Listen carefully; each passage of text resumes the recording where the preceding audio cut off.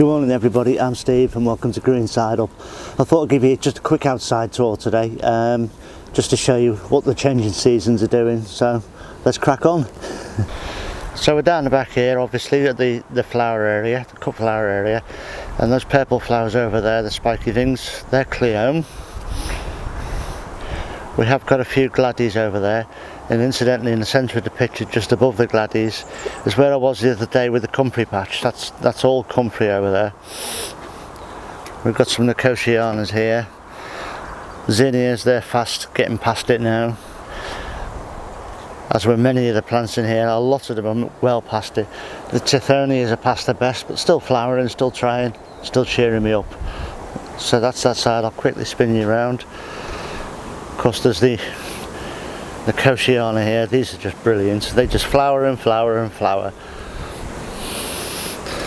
We've got some Dahlias down here, more Nicotiana. Unfortunately some weeds, some big pom-pom asters through there, some more Dahlias. This stuff, another faithful one, is this Statice. Brilliant for cut flowers and vases, this stuff.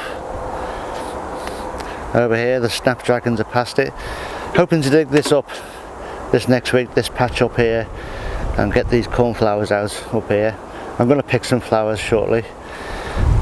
But all the way down here we've got lots of blooms. There's, starting over there, the Statice. There are some Larkspur left. More Statice. Some Rudbeckias. I think there's some Calendulas left in there somewhere, but all in all, still quite floriferous. This side not so much. And some more Dahlias down here. So there's still buckets and buckets to come out of here, just kind of spread out for now. Hope I haven't given you a headache there spinning you around like that. Right, coming down back between the tunnels. Unfortunately it's in shadow. There's a flower bed down the side of these tomatoes.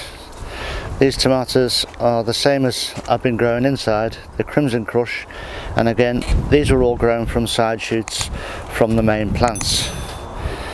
And you can see there's a ton of fruit to come off.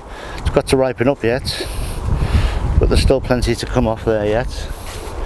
And if they don't ripen on the plant, they'll ripen in a drawer or a box with bananas. There's the flowers at the end of them. Still whacking loads of Zinnias and the Dahlias, of course. And they're bonny, really nice in a vase.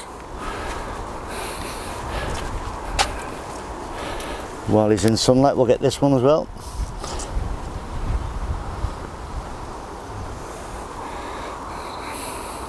So this is a flower bed you see quite a lot of in my films, because it's a good place to sit, and I'm sat in the sunshine and I can record some videos here. But this is my perennial bed. It's getting more and more in every year. At the minute it's full of cosmos. There's some very tall Verbena bonariensis over there, and I've got all kinds of other stuff in there. I've had sunflowers out, foxgloves, I've got lupins in there as well, and marigolds and zinnias. I mean, there's a whole host of stuff in there. Some has come, some hasn't. You know, it's just a project, an ongoing project. Proper gardening, that, you know, proper gardening. Now on this side, this is where I was the other day when I was making the comfrey tea video and the nettle tea video. Just the other side of the polytunnel, and in front of it here is an asparagus bed, and you can see I've plonked an IBC straight on top of it. Not happy with these asparagus plants at all. I've spoken to an experienced grower, and the variety I've grown, he's told me that I'm just going to have so much messing around with this particular variety that I'm going to cut my losses. It's all going to come up, and I've decided to make this bed a mirror image almost of the bed we just looked at. Make it a proper garden flower bed, and this area will have a pond in it as well, maybe even a bench, we'll see. But I just want to make this into a proper little flower garden.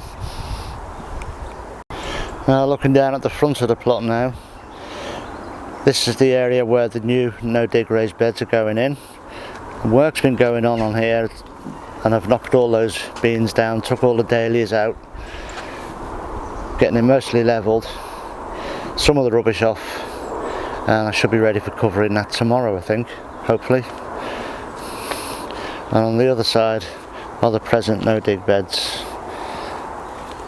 And in these boxes I have got wallflowers. Some of them are dying, that was expected. The next bed along, I've still got some radishes here, then a bare patch of soil, then I've got some parsnips. These are the ones that were planted in July to see if we'll get a crop. We'll look at them again. Then some parsley, some lettuce, some spring onions and some brassicas on the end. More wallflowers and marigolds. More brassicas, some very ropey ones here. And some cavalliniero. And then more brassicas, chard, marigolds. More chard here. Beetroot that's coming out this week. Leeks at the end. Chinese cabbage in the middle. More wallflowers. And at the very end, the end bed, is my celeriac.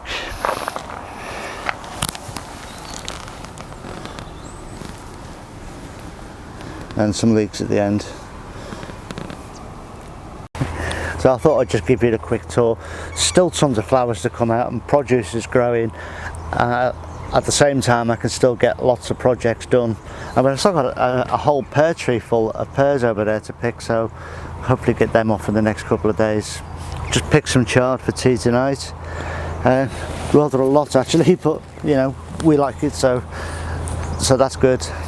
And incidentally, this is the size I like to eat it at, and I'll show you on this one.